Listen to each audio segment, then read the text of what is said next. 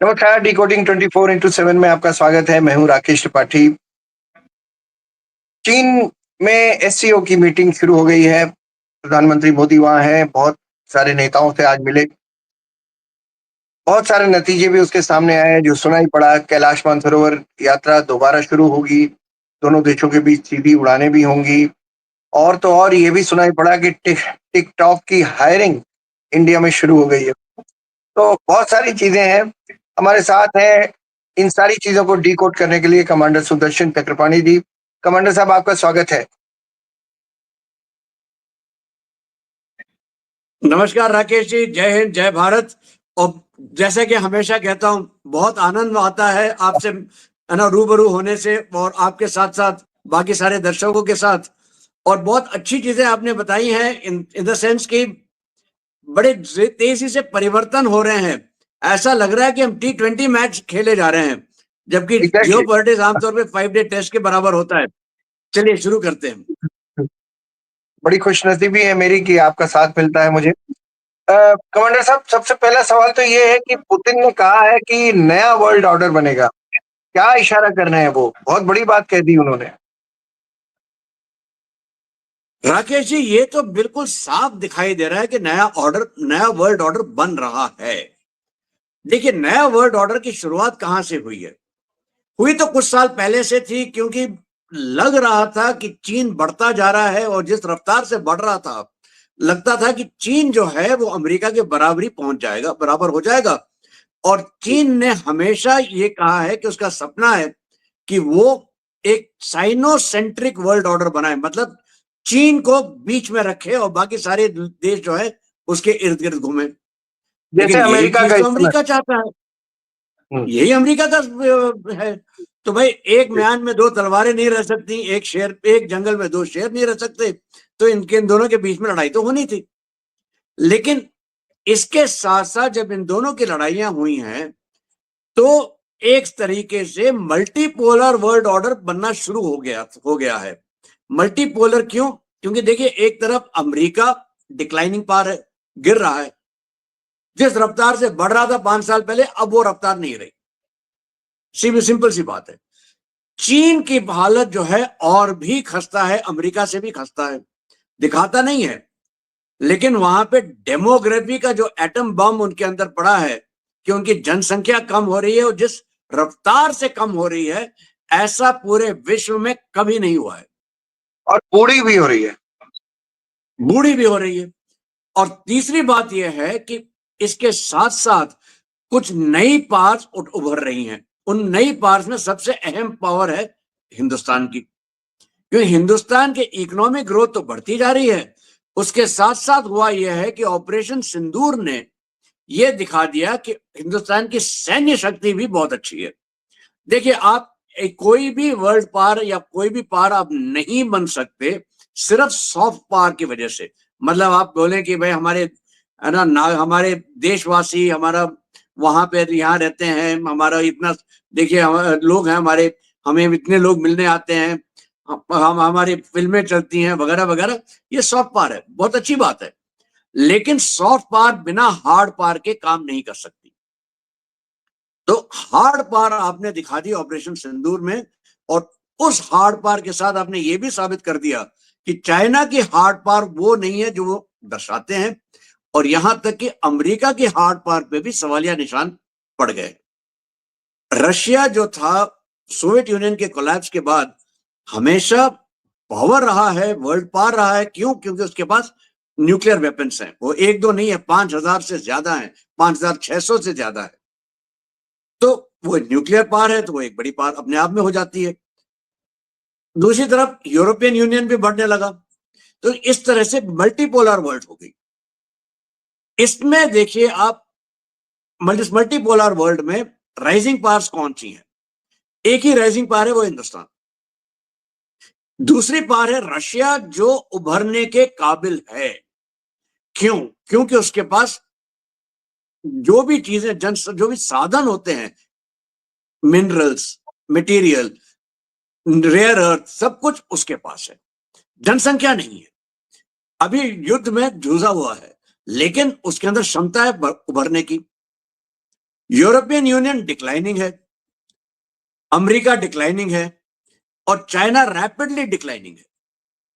अगर ये सब होगा तो नेचुरली जो है रशिया ने और या पुतिन ने बिल्कुल सही कहा है कि वर्ल्ड ऑर्डर बदल रहा है, और वर्ल्ड ऑर्डर बदल रहा है और इसमें जो नई शक्तियां उभर के आएंगी वो अपना ना दिखाएंगे कि हम आगे हैं, अपना वो अपना सारा सामर्थ्य दिखाएंगी, और जो गिर रही हैं शक्तियां वो उनका विरोध करेंगी। इसीलिए आप क्या देखिए अमेरिका चीन का विरोध करता है, एक सेंटेंस और अमेरिका हिंदुस्तान का भी विरोध करने लगा है, क्योंकि वो जानता है आज उसका दुश्मन चीन है, लेकिन होने वाला कल, जो आने वाला कल है, उसमें शायद हिंदुस्तान उसके खिलाफ खड़ा हो जाए। राकेश जी। क्या पुतिन सीधे कह रहे हैं कि अब अमेरिका सुप्रीम पावर नहीं रहेगा? बिल्कुल साफ साफ कह रहे हैं, उसमें कोई शक ही नहीं है। ये तो हम नहीं कहते, पुतिन नहीं कहता, ये तो सब लोग कह रहे हैं। आप ये देखिए यूरोपियन यूनियन को अगर आप लेते हैं, जो कहते हैं भाई यूरोपियन यूनियन, नेटो और अमेरिका बिल्कुल तालमेल के साथ एक साथ चलते हैं। यूरोपियन यूनियन में अर्सुला वॉन डर ने समझौता किया ट्रंप के साथ, तुरंत खिलाफत शुरू हो गई। मैक्रोन तो यहां तक कहते हैं कि साहब हमारी अर्थव्यवस्था ऐसी चरमरा रही है कि हमें आईएमएफ का बेलआउट शायद जरूरत पड़ जाए। उधर जर्मनी ने कह दिया कि हम तो रिसेशन में जा रहे हैं, अब हम यूक्रेन को ज्यादा मदद नहीं कर सकते, और उन्होंने अपने बॉर्डर बंद कर दिए। उधर यूके भी ना मुश्किल परिस्थितियों से गुजर रहा है, इसीलिए उसने हिंदुस्तान के साथ फटाफट समझौता कर लिया। एफ्टा का समझौता यूरोपियन यूनियन में 4 देशों जो एफ्टा बनाते हैं, स्विट्जरलैंड, लाइechtenstein, फिनलैंड, आइसलैंड, इन्होंने हिंदुस्तान के साथ समझौता कर रखा है, जिसमें $100 बिलियन हिंदुस्तान में इन्वेस्ट करेंगे अगले 10 साल में। यह समझौता 1 अक्टूबर से लागू हो जाएगा। तो यूरोपियन यूनियन को देखिए अलग हो गया। उधर चाइना अलग हो रहा है यूएस से, रशिया बिगड़ा हुआ है, हिंदुस्तान से दुश्मनी मोल ली। जापान के साथ, जापान जो अमेरिका का एलाई माना जाता था, जूनियर पार्टनर माना जाता था, उसने भी आपने देखिए उनका जो चीफ नेगोशिएटर था वो गया ही नहीं अमेरिका नेगोशिएट करने के लिए।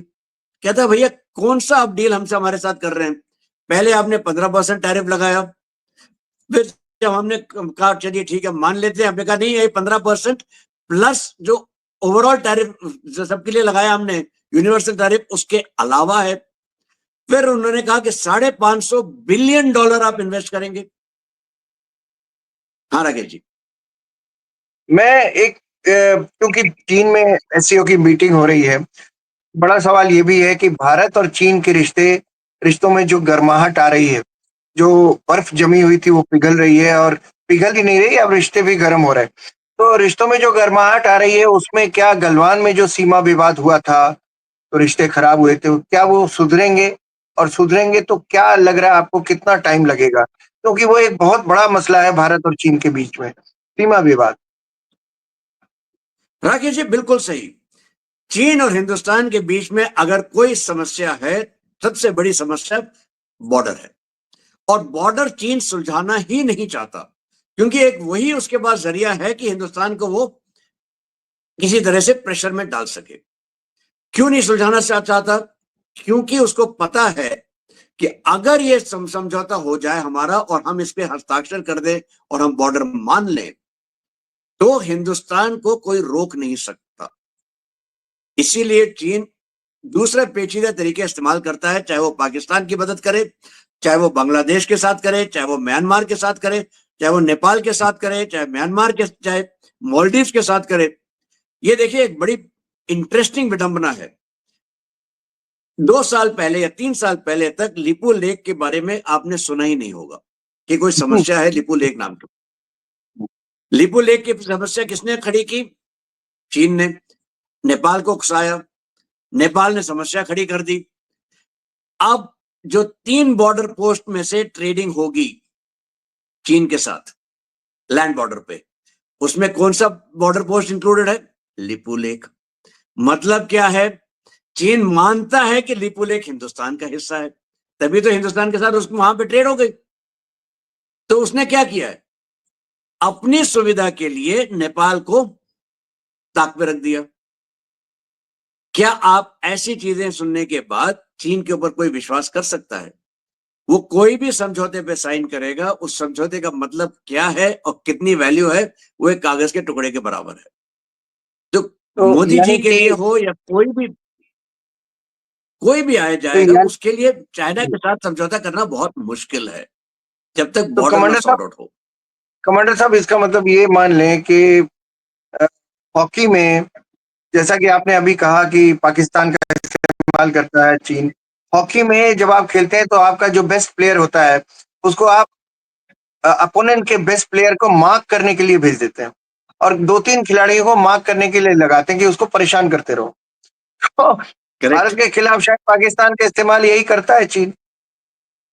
बिल्कुल यही करता है कि मार्क करके रखा हुआ है। और देखिए, सिंदूर में हम पाकिस्तान के साथ लड़ नहीं रहे थे, हम एक्चुअली चीन के साथ लड़ रहे थे, क्योंकि एग्ज़ैक्टली। चीन ने सारी की सारी वो चीजें रखी हुई थी पाकिस्तान में जो उनके लेटेस्ट हथियार MQ-9 MQ-19 वहीं पे थे। उनका बैरियो का जो ग्राउंड रिले स्टेशन था वो वहीं पे था, पाकिस्तान में था। और वो minute to minute, second to second, real time में इंफॉर्मेशन पाकिस्तान को मिल रही थी। जी, उसके बावजूद आपने उनको ठोका, वो साफ दर्शाता है कि चीन के हथियार कितने अच्छे हैं। इसीलिए तो चीन हमारे पास पास आ रहा है। और दूसरी बात यह है कि चीन को लगता है कि उसके पास बहुत कम समय बचा है कि जिसमें वो अपना वर्चस्व बना सके, क्योंकि अगले 5 साल अगर वो चीन खो देता है तो चीन फिर कभी उभर के नहीं आएगा। और चीन इसका अगर मतलब उभर है के नहीं आएगा तो चीन का सपना जी, गया। जी। यही वजह है जिसके लिए चाइना हमारे पीछे है। और हमको इसके ऊपर बहुत विशेष ध्यान रखना चाहिए कि हम चीन के साथ इतना कुछ ना करें जिसकी वजह से हम कल पछताएं। एक बार हम कर चुके हैं हिंदी चीनी भाई भाई हाँ, करके, एग्ज़ैक्टली। दोबारा ये गलती अभी नहीं तो होनी चाहिए। अभी तो कमांडर साहब शी जिनपिंग बड़े ज़ोर दे के कह रहे हैं कि मतभेदों को कभी विवादों में नहीं बदलना चाहिए और वही सारी बातें जो पहले कही जा चुकी हैं। लेकिन इसका क्या मायने निकालें? मतलब इसका मतलब हमें अ, एक्स्ट्रा कॉशियस रहना पड़ेगा। 100%। देखिए, जब भी सांप आपके साथ दोस्ती करता है तब तो आपको और भी कॉशियस होना पड़ेगा, क्योंकि सांप तो हमेशा डसता ही है, चाहे वो दोस्त हो या दुश्मन। सांप थोड़ी ये सब देखता है। तो सांप के साथ तो आप कुछ कर नहीं सकते। तो चीन तो वही दोगला सांप है, या बल्कि उससे भी बदतर है। वो किसी का सगा नहीं है। ये राकेश जी, मान के चलिए अगर कल ट्रंप चीन को ऐसा कोई समझौता दे देते हैं जिससे चीन की प्रॉब्लम सॉल्व हो जाती है, तो वो हिंदुस्तान को और रशिया को छोड़ के चल देगा, बोलेगा टाटा टाटा बाय बाय, खत्म। तो चीन के साथ के ऊपर तो कोई भी विश्वास नहीं करता। ये तो कमांडर साहब ये तो हुई भारत चीन की बातें जो एससीओ की मीटिंग के दौरान ये निकल कर आई, जो साइड लाइन्स में जो बातें हुई हैं। लेकिन ट्रंप की बात कर लें अब। ट्रंप के ऊपर क्या बीत रही होगी इस समय? एससीओ में जो कुछ भी हो रहा है ट्रंप के अगेंस्ट ही हो रहा है। एक पूरा एक नया ऑर्डर बन रहा है। तो ट्रंप क्या सोच रहे होंगे और ट्रंप के अमेरिकन्स अमेरिकन्स उनके बारे में क्या सोच रहे हैं, वहां क्या चल रहा है? क्योंकि मैंने ये भी सुना कि अमेरिकन्स बहुत नाराज हैं। देखिए राकेश जी, पहली बार अमेरिकन को महंगाई और नॉन अवेलेबिलिटी ऑफ आइटम्स, मतलब चीजें अवेलेबल आपके दुकानों में मिल नहीं रही है, ऐसी परिस्थिति देखने को मिल रही है वर्ल्ड वॉर 2 के बाद। उससे पहले उन्होंने देखा होगा, उसके बाद तो नहीं देखा। क्यों? अमेरिका को तो लैंड ऑफ हनी कहते थे, सब चीज मिलती है यहाँ पे। लेकिन अब नहीं मिल रही है, और इसलिए नहीं मिल रही कि ट्रंप के टैरिफ्स आ गए। अब देखिए, जैसे गृहिणी के ऊपर मार पड़ती है और जैसे गृहिणी को लगता है कि वो अपना खाना नहीं बन सकता या जो स्तर नहीं रख सकती, तब तो पूरे फैमिली के ऊपर असर पड़ता है, सबके ऊपर असर पड़ता है। और ये चीज अमेरिका में आजकल हो रही है कि चीजें नहीं मिल रही। अगर मिल रही हैं, जैसे लोग कहते हैं कि अंडों तक की कीमतें जो है बढ़ गई हैं, दुगनी हो गई हैं। केले नहीं मिलते क्योंकि अमेरिका में केले उगते नहीं है, वो आते हैं ब्राजील से, और ब्राजील के ऊपर आपने 50% टैरिफ लगा रखा है। तो नेचुरली समस्या है। दूसरी बात, देखिए, मेक अमेरिका ग्रेट अगेन, इसी के नारे के ऊपर ट्रंप जीते थे। अब मेक अमेरिका ग्रेट अगेन के साथ हो क्या रहा है? अमेरिका ने सबके साथ दुश्मनी मोल ली है। सबसे अच्छे उसके दोस्त जो थे वो उसके दुश्मन बन रहे हैं, चाहे वो कनाडा है, चाहे वो मेक्सिको है, चाहे वो यूके है, चाहे वो यूरोपियन यूनियन है, चाहे वो जापान है, चाहे वो साउथ कोरिया है, ऑस्ट्रेलिया है। ये सब के सब अमेरिका को अब, है ना, सोच रहे हैं कि यार इनके ऊपर हम विश्वास कर सकते हैं कि नहीं कर सकते। उनको साफ दिखाई दे रहा है कि जो भी ट्रंप ने हिंदुस्तान के ऊपर, खास करके भारत के ऊपर जो टैरिफ लगाए हैं, ये सरासर गलत लगाए हैं। क्योंकि साफ दिखाई दे रहा है सबको कि भाई सबसे ज्यादा अगर कोई रशियन ऑयल ले रहा है तो चीन है, सबसे ज्यादा रशियन गैस कोई ले रहा है तो यूरोपियन यूनियन है, अमेरिका खुद इंपोर्ट कर रहा है रशिया से। यहां तक कि अमेरिका की एक कंपनी सखलेन ऑयल फील्ड जो रशिया की थी, उसमें हिस्सेदारी फिर से खरीद ली है उसने। अभी तक कोई समझौता नहीं हुआ लेकिन हिस्सेदारी खरीद ली है। लेकिन एक और कमांडर बहुत साहब। विचित्र बात जी आई है यहाँ पे, जो मैं जी आपको बताना चाहता हूँ राकेश जी। जी जी जी। कल ही की एक खबर है, बिल्कुल ताजा ताजा खबर, कि यूक्रेन ने बताया है कि उनका जो सबसे बड़ा डीजल का सप्लायर अगर कोई है विश्व में, तो आप अचंभित रह जाएंगे, वो भारत है। भारत से उसने 15.7% अपने पूरे डीजल का इंपोर्ट भारत से किया है। मतलब क्या है इसका? मतलब क्या ये है, मान ले हम, कि जेलेंस्की रशिया को इंडिया से तेल खरीद के अपने ही खिलाफ युद्ध को पैसे के लिए पैसे दे रहे हैं। अब आप देखिए अमेरिका ने क्या कहा है। अमेरिका, एक छोटी सी तुलना आपको मैं देता हूं। फर्ज करिए मेरा बेटा है, मेरे तो दो हैं, फर्ज करिए बेटा है और 5वीं कक्षा में पढ़ता है और उसको नंबर कम आए, तो मैं जाके बोलूं कि देखिए मेरे तो बिल्कुल अच्छा है, उसको नंबर कम आए हैं। क्यों? क्योंकि पड़ोसी का कुत्ता ज्यादा भौंकता है, वो पड़ोसी के कुत्ते को मार दिया जाए। अब ये इस तरह का आपने तुलना दी है और ये कह रहे हैं कि ये ट्रंप की वॉर नहीं है, जेलेंस्की की वॉर नहीं है, पुतिन की वॉर नहीं है, ये मोदी की वॉर है। रियलिटी देखिए आप, जेलेंस्की को सबसे ज्यादा या यूक्रेन को सबसे ज्यादा पैसे कौन देता है? अमेरिका। सबसे ज्यादा हथियार कौन देता है? अमेरिका। उकसाता कौन है? अमेरिका।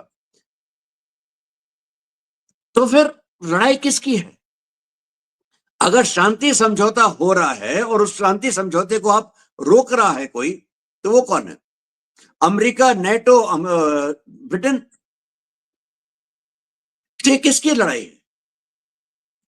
तो वो ये काशी जी दुबले क्यों शहर के अंदेशे से। अब ये सर ये है ना, हमारे ऊपर उन्होंने मतलब ये सारा टिकरा पोड़ा है, जबकि एक्चुअल गलती तो वहीं पे है। वो अपना आईना तो देख नहीं रहे, तो है ना, धूल उन्होंने उड़ाने के लिए हम आईने को पोंछते रह गए, बाद में हाँ महसूस हुआ कि धूल तो हमारे चेहरे पे। उन्होंने एक्चुअली भारत को समझने में या मोदी को समझने में मुझे लगता है गलती कर दी। मोदी को समझने में उन्होंने सोचा कि बहुत बड़ी गलती।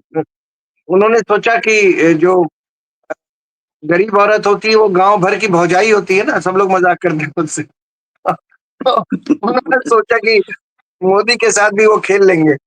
लेकिन आप ये देखिए करेक्ट। कि आज जिस वक्त, आज और कल जो एससीओ की मीटिंग हो रही है, दुनिया भर का फोकस कहाँ पर है और ट्रम्प क्या सोच रहे होंगे, ये मैंने आपसे कहा था अभी। और मैं उसी में एक बात जोड़ना चाहता हूँ कि ट्रम्प ने कहा था मेक अमेरिका ग्रेट अगेन। तो जो कर रहे हैं उससे लग रहा है वो कह रहे हैं कि make my family great again, make my family business great again. बिल्कुल। अब देखिए क्या क्या उसने नहीं किया है।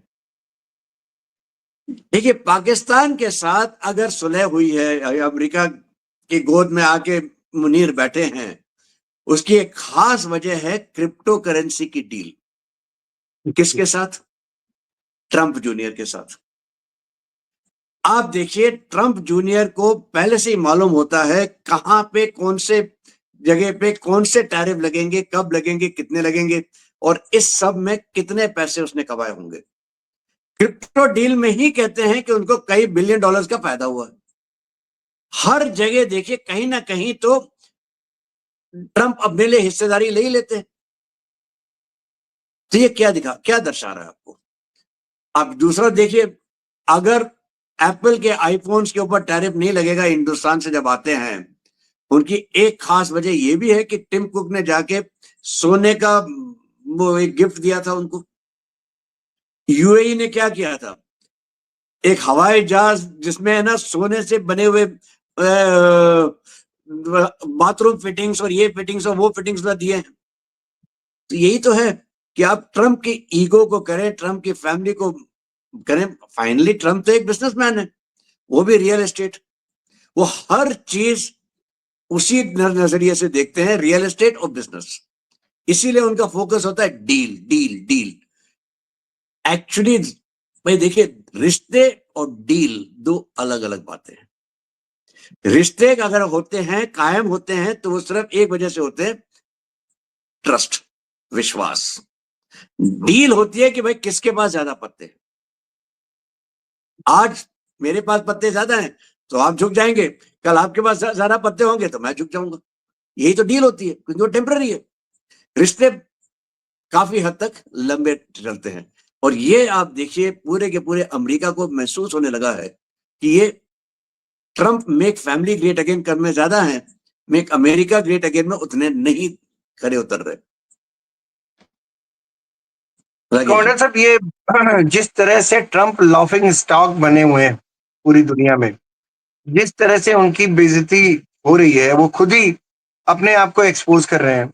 उस तरह से क्या ये कह सकते हैं कि अमेरिका के हिसाब से तो लीडरशिप में क्वालिटेटिव चेंज है, डाउनफॉल है, लेकिन ये हमारे लिए बेहतर है क्या? क्या भारत इसी बहाने एक नए बाजार खोल रहा है, नई मतलब आपदा में अवसर खोज रहा है, जो मोदी जी कहते हैं? उसमें कोई शक नहीं है। देखिए ये सारी चीजें अगर नॉर्मल सब चल रहा होता और मोदी जी और ट्रंप की जो दोस्ती थी उसके साथ डील हो गई होती, सब हो जाता, हमारे ट्रेड 110 120 बिलियन से 500 बिलियन के हम तरफ हम सोच रहे थे, वो सब चल रहा होता तो क्या हम कुछ कर रहे होते? हम तो नए इंजन के बारे में भी नहीं सोचते अपने फाइटर एयरक्राफ्ट के लिए। क्योंकि भारत ऐसा देश है जो जब आपदा आती है, जब मुश्किल आती है, जब परिस्थितियां हमारे विपरीत हो जाती हैं, तो हम उठ के खड़े होते हैं और हम बताते हैं कि हम क्या है। हर बार देखिए हमारे पास ये टैरिफ या सैंक्शन पहली बार लगे, कब नहीं लगे। हमने तो जिंदगी काटी है टैरिफ सैंक्शन के साथ, और हर बार सैंक्शन लगे हैं और भारत उभर के ज्यादा ताकतवर बन के निकला। यही अभी अभी भी हो रहा है। जिस रफ्तार पे भारत के अंदर परिवर्तन आपको दिखाई दे रहा है और अगले कुछ महीनों में दिखेगा, देखिए क्या आपको लगता है जीएसटी 2.0 हो जाता अगर ट्रंप के टैरिफ्स की बात नहीं होती? इतने महीनों से बात चल रही थी कि जीएसटी में परिवर्तन होना चाहिए, लेकिन कुछ हो तो रहा नहीं था। इनकम टैक्स रूल लॉस में कितने सालों से बात हो रही है कि टैक्स में परिवर्तन होना चाहिए। 1 लाख, कभी 50,000, कभी इतनी कोई एक छोटी सी छूट, कोई एक छोटी सी छूट। लेकिन इस बार क्या हुआ है, एक मेजर चेंज हुआ है। 12 लाख तक आपकी इनकम आय को आपने टैक्स फ्री कर दिया, जो पहले कभी नहीं हुआ। जीएसटी 2.0 की बात कर रहे हो, मेजर रिफॉर्म्स इंफ्रास्ट्रक्चर में इधर उधर की बात कर रहे हो। क्यों कर रहे हो? क्योंकि आपदा है। हमने जिस रफ्तार में अब जो बाकी देशों के साथ समझौते करने शुरू किए हैं, जापान का ही देखिए। मोदी जी अभी जापान गए, क्या मारुति का जो उन्होंने उदाहरण दिया था वो आज का है? नहीं। क्या है, हम नहीं जानते थे कि India Indo Japanese business forum चल रही है? ये तो 2017 से चल रही है। क्या मोदी जी जापान नहीं गए थे पहले, जब वो चीफ मिनिस्टर थे तब गए थे? क्या वो नहीं जानते थे बुलेट ट्रेन के बारे में या सेमीकंडक्टर के बारे में? सब जानते थे। बल्कि जापान ने सेमीकंडक्टर प्लांट हिंदुस्तान में बना के रखा है, चाहे भले ही छोटा हो। तो हम ये सब जानते थे। तो अब हमने ये सब क्यों करना शुरू किया? क्योंकि आपदा आई है। यही परिवर्तन आप देखिए, ऑस्ट्रेलिया के साथ हमने एक करार कर लिया कि हम आपके साथ समुद्र में बिछे हुए सोनार लगाएंगे ताकि हम चाइनीज सबमरीन का पता लगा सकें। जापान के साथ जो पहले कहता रहा, उसने अमेरिका को F-16 का जो उन्होंने मॉडिफाइड X-2 बनाया हवाई जहाज, उसका टेक्नोलॉजी अमेरिका को वापस नहीं दी, लेकिन हिंदुस्तान को वो देने को, अपना एरो इंजन देने को तैयार है। जहाज का जो एंटेना है, जो उन्होंने स्पेसिफिक एंटेना बनाया जिसका नाम है यूनिकॉर्न, वो हिंदुस्तान को दे रहा है। वो पहला यूनिकॉर्न अगले कुछ 1 साल में, 1.5 साल में पहले भारतीय जहाज में लग जाएगा। तो ये सब कहां से हो रहा है? क्योंकि आपको पता है आपके ऊपर समस्या आ रही है। इस समस्या के का समाधान मोदी जी ने 2 साल पहले ही भले स्टार्ट कर दिया था। जब कोविड आया था उनको साफ दिखाई देने लगा कि अब समस्या शुरू हो रही है, क्योंकि सब के सब अंदर अपने देखना शुरू करेंगे तो हमें क्या मिलेगा। तो उन्होंने एक तब सवाल से मेरा कमांडर, तैयारी शुरू की है। और हाँ राकेश जी, प्लीज कंटिन्यू। नहीं कंटिन्यू आप। मैंने बाय एंड लार्ज खत्म कर दिया था कि उन्होंने बेसिकली समस्या को पहले से पता लग गया था और उसकी तैयारी शुरू कर दी थी, इसीलिए इस रफ्तार पे हम परिवर्तन ला सक रहे हैं। और यही एक कमांडर असली साहब, लीडर की पहचान होती है। कमांडर साहब एक सवाल मेरा गहरे राज्य की को लेकर है। आप गहरे राज्य से मतलब समझ रहे होंगे। गहरे राज्य का हम्म। मामला और जॉर्ज सोरोस, आप देखिए मुझे समझ में नहीं आता, ट्रम्प तो उससे भी नाराज हो गए। तो अब गहरे राज्य का क्या होगा? गहरा राज्य तो बहुत कोशिश कर रहा था कि भारत में क्या करेगा क्या करेगा, और कोशिश तो हो ही रही है। आप इंडियन पॉलिटिकल सीन अगर आप देखें तो सारी पॉलिटिकल पार्टी जो अपोजिशन चाहती हैं कि ये जो ट्रेड पैक्ट है अमेरिका के साथ, भारत उनकी बात मान ले, जिससे कि किसान फिर से दिल्ली के बाहर आके बैठ जाए। तो करेक्ट। गहरा राज्य जो है, ये क्या डील है मुझे समझ में नहीं आता। जॉर्ज सोरस तो उनके ऊपर क्या नाराजगी है?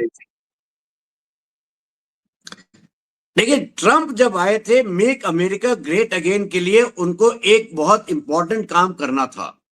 वो इंपॉर्टेंट काम था कि अमेरिका का जो एक्सपेंडिचर है, जो खर्चा है, उसको घटाना था। क्यों? क्योंकि अमेरिका की अगर आय मान ले $100 है, उसका खर्चा $110 है। अब कब तक ये कर चलता रहेगा? जब तक चलेगा जब तक आपके पास डॉलर का प्रभुत्व रहेगा और डॉलर हर जगह रहेगा। इसीलिए ट्रंप जो है डी डॉलराइजेशन के खिलाफ है। लेकिन उनको यह भी था कि गहरा राज्य जो है वो आमतौर पे लेफ्टिस्ट, वो सोशलिस्ट, वो दृष्टिकोण रखता है।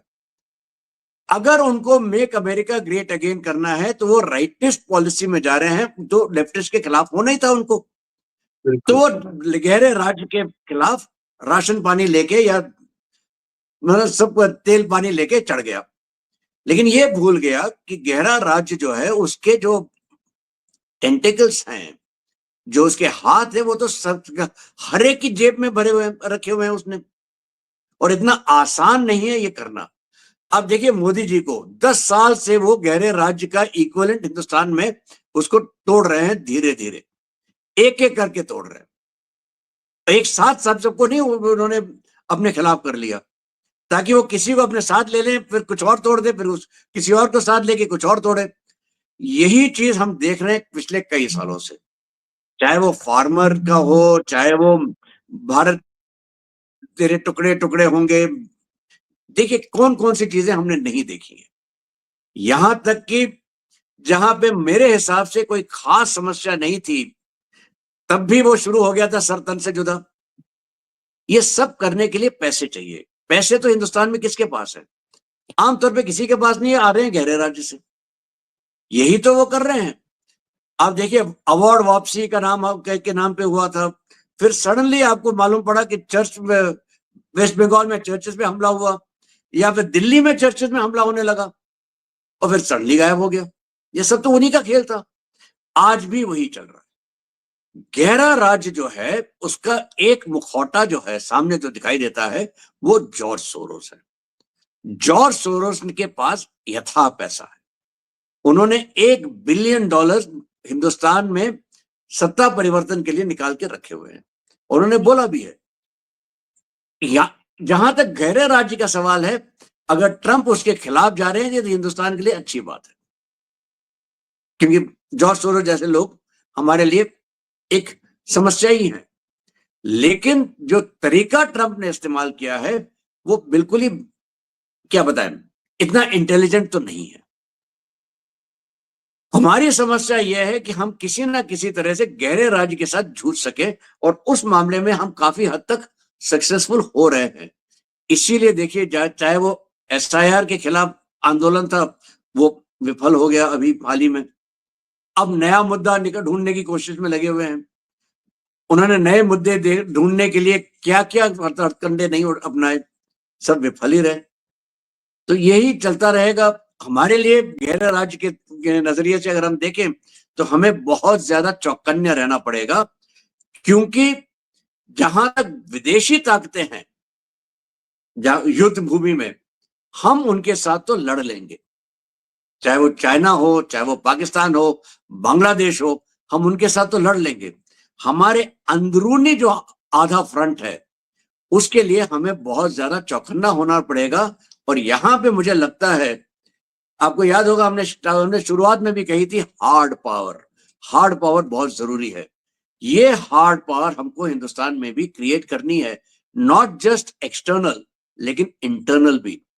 एक छोटा सा उदाहरण देता हूं। पिछले कुछ दिन ही पहले की बात की खबर है, एक विक्रमजीत सिंह या ब्रह्मजीत सिंह नाम के एक युवक को, उसके हाथ में चाकू था, तो पुलिस ने उसके ऊपर गोली चला के उसकी हत्या कर दी, क्योंकि वो रुका नहीं। अगर ये हुआ था अमेरिका में, लॉस एंजलिस में। ये चीज अगर हिंदुस्तान में होती और किसी ने पुलिस के ऊपर हमला करते हुए एक चाकू दिखाया होता और पुलिस ने उसको गोली मार दी होती, यहां पे बवाल हो गया होता। अमेरिका में ये नहीं हुआ। ये एक तरह से हार्ड पावर दिखा रहे हैं कि देखिए, आप हमारे खिलाफ काम नहीं कर सकते। हम जिसमें वॉशिंगटन शहर में नेशनल गार्ड को ट्रंप ने खड़ा कर दिया है, ये कह के कि यहाँ पे लॉ एंड ऑर्डर अच्छा नहीं है। कोशिश कर लीजिए हिंदुस्तान में ऐसा कुछ हो जाए। यहां हमें बहुत चौकन्ना रहना पड़ेगा, क्योंकि हम ये सारी चीजें नहीं कर सकते जो अमेरिका कर सकता है। राकेश जी। कमांडर साहब, आपने अपना बेशकीमती वक्त दिया। हमेशा की तरह मैंने देखा, मैं हम अक्सर जब भी बात करता हूँ आपसे महसूस करता हूँ कि दुनिया की बड़ी बड़ी जटिल समस्याएं आप बहुत ही, जैसे सरपंच कोई गांव का हो और वो सारी समस्याओं को सुलझाता हो, जटिलताओं को खोल के गांठें खोलता हो, तो इसी तरह से आप भी गांठें खोलकर बता देते हैं कि कहाँ क्या हो रहा है और किस किस एक्शन का क्या मतलब है। बहुत बहुत शुक्रिया, बहुत बहुत धन्यवाद सर। बहुत बहुत शुक्रिया राकेश जी। जय हिंद, जय भारत।